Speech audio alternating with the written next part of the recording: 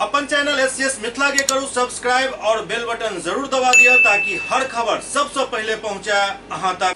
नमस्कार, अहां सब देख रहल छी एससीएस मिथिला। हम छी कमलेंद्र झा और खबर के शुरुआत करी और बात करी दरभंगा में भेल ऑनर किलिंग के, जाहि में एक लड़की के हुनक पिता ही हुनक हत्या क देलनि। दरभंगा के हायाघाट थाना क्षेत्र अंतर्गत एक ऑनर किलिंग के घटना घटल हन।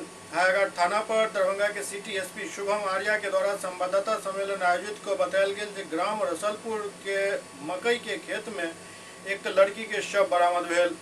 घटना के उद्भेदन कयल गेल, अभियुक्त के गिरफ्तारी भी भ गेल हन। ओते छापेमारी हेतु वरीय पुलिस अधीक्षक एहि पर निर्देश देने छला, जाहि में नगर पुलिस अधीक्षक के नेतृत्व में एक टीम गठित कयल गेल छल।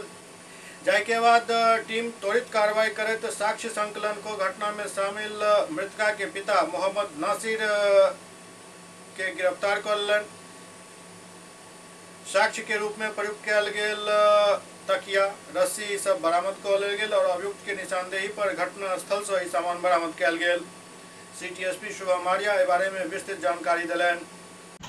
हायाघाट थाना में दिनांक 25 मार्च में सोमवार के अंतर्गत में रसलपुर एक गांव पड़ता है, उसके मकई के खेत में एक युवा लड़की की लाश बरामद हुई थी। इसके तुरंत उपरांत में थाने की टीम ने और सीआई टीम ने, उसके बाद में एसडीपीओ जो साहब हैं उनके नेतृत्व में हमने एक टीम का गठन किया। वहाँ पर जैसे ही छानबीन शुरू की गई तो ये पाया गया कि जो लड़की है वो स्थानीय ही, और उसका नाम यास्मीन खातून था। वो लगभग 18 वर्ष की थी। और इसके बाद में हमने और जब तहकीकात शुरू की तो ये चीज़ स्पष्ट हुई कि दिनांक 22 मार्च को, यानी कि शुक्रवार से ही लड़की अपने घर से लापता थी। इसके बारे में जब हमने छानबीन की तो ये पता लगा कि इसके बारे में कोई भी सूचना घर वालों की तरफ से ना स्थानीय थाना को दी गई थी, ना ही किसी अन्य जगह पर बताया गया था किसी को। इस सूचना को हमने संदिग्ध मानते हुए उसमें आगे की हमने कार्रवाई शुरू की। पूछताछ के क्रम में ये चीज़ स्पष्ट हुई कि जो लड़की के जो पिता थे मोहम्मद नासिर, ये लड़की के किसी अवैध संबंध के बारे में इन्हें लगता था।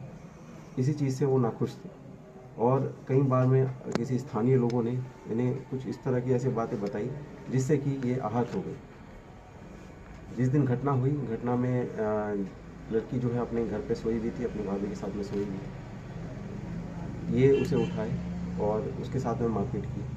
मारपीट के ही क्रम में वो लड़की गिर गई। इसके बाद में इन्होंने उसका गला घोट के अपनी घुटने से उसका गला दबाया।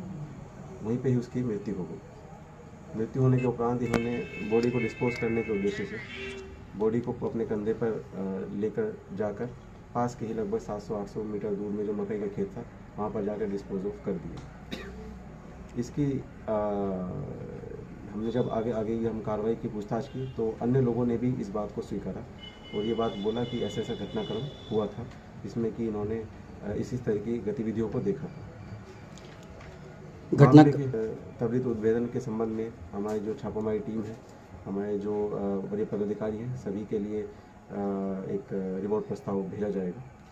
एफएसएल टीम ने भी इसमें काफ़ी अच्छा अभी कार्य किया है। उसमें हमने सैंपल कलेक्ट करवाए हैं और सैंपल कलेक्ट करवाते ही हम लोग उन्हें एक आधुनिक अनुसंधान के क्रम में हम उसका डीएनए मैच भी करवाएंगे। घटना का लगभग रात्रि में ऐसा था कि 9 बजे के बाद में लड़की जब घर में आके अपने सो गई थी, उसके लगभग 1-2 घंटा बाद में ही, लगभग हमने 12 बजे के आसपास की घटना का उल्लेख किया गया है।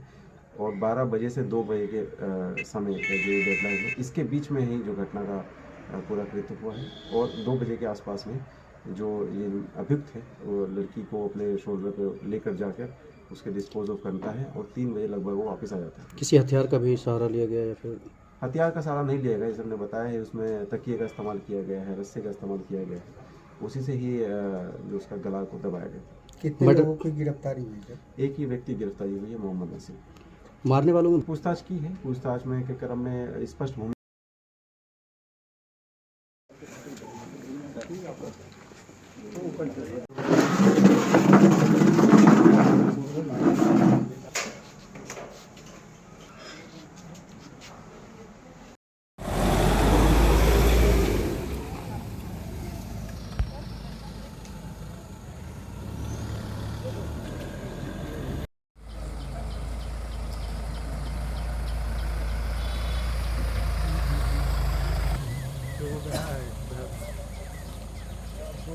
जिलेबी कहाँ से बाजार में साइकिल